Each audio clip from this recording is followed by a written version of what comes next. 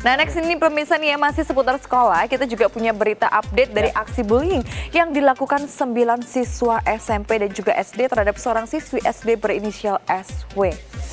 Hadih. Sekali lagi kita sangat menghimbau untuk stop bullying. Come on. Stop. Come on. Tapi kalau misalnya cerita soal bully ya, sejumlah selebriti juga pernah mendapat bully ini zaman sekolah mereka dulu. Oke, kalau kamu pernah dapat? Pernah. Atau membuli? Akhirnya juga membuli setelah dibully. Jadi kakak kelas Balas terus membuli. dendam ya. Iya, itu kayak zaman dulu tuh udah. Cuman untungnya nggak parah lah, zaman di sekolah gue dulu nggak parah. Masih dalam hal yang wajar. Iya, gitu tarafnya kan. wajar. Baiklah pemirsa, ini kira-kira beritanya seperti apa? Langsung aja kita lihat liputan berikut ini.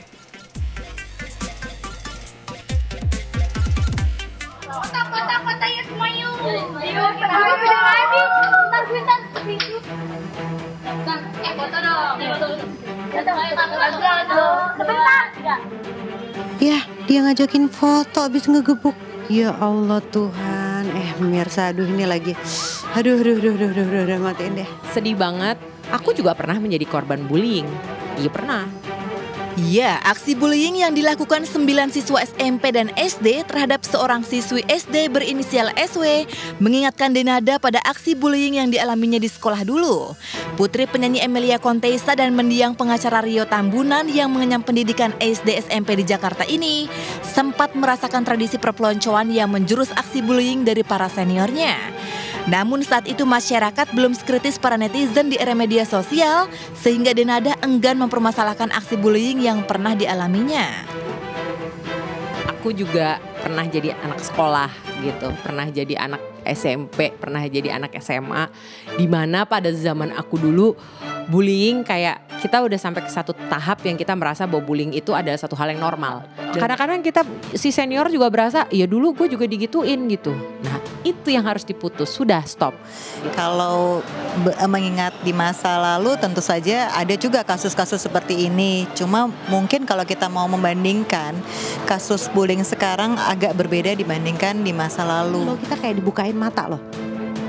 Lu tuh jangan diem aja. Ini loh udah kejadian gitu loh. Itu bisa terjadi bukan hanya untuk orang lain, bisa kejadian sama anak aku juga. Tapi amit-amit gitu ya, tetap tidak masuk kekerasan itu ke yang paling rendah SD gitu.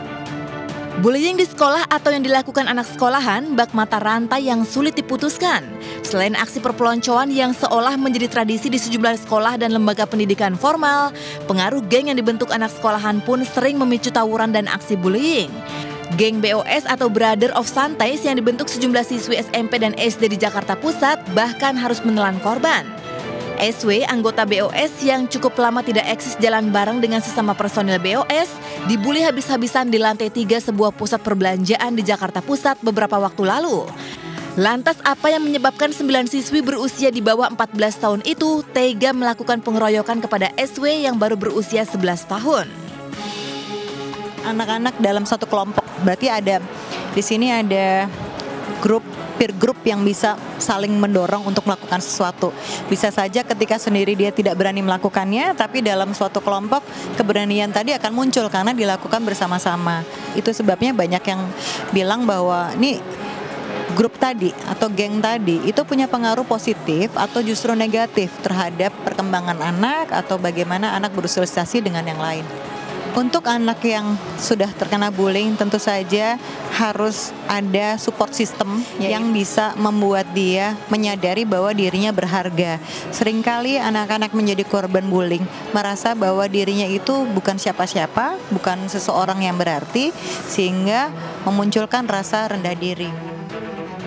Tak hanya membuli, 9 siswi belia itu berani merekam aksi mereka seolah-olah tindakan bullying yang mereka lakukan adalah sebuah peristiwa yang patut dikenang dan dibanggakan. Walhasil akibat ulah tak terpuji itu, 9 siswi itu dikeluarkan dari sekolah. Namun selesaikah masalah bullying pasca pelaku dikeluarkan dari sekolah?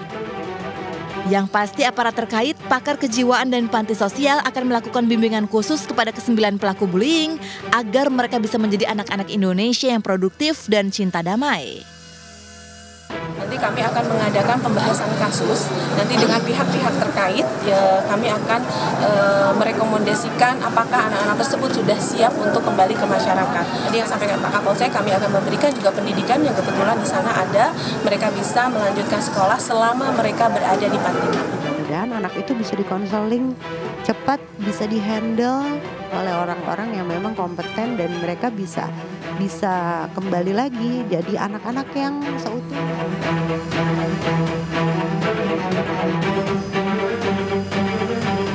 Ini berapa? 5.000 tadinya? 3.000 sekarang 5.000. Jadi ya sekitar 50% kurang.